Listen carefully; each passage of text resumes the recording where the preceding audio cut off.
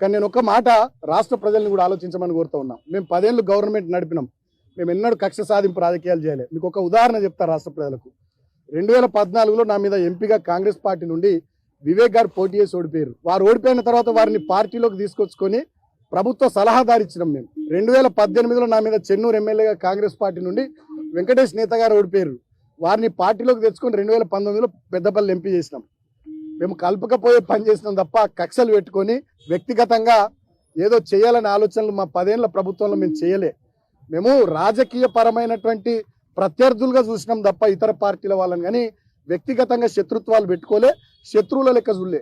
వాటి విషయంలో డెఫినెట్గా పోరాటం చేద్దాం. ప్రధాన ప్రతిపక్షంగా బీఆర్ఎస్ పార్టీ తెలంగాణ ప్రజల వెంట ఉంటుంది.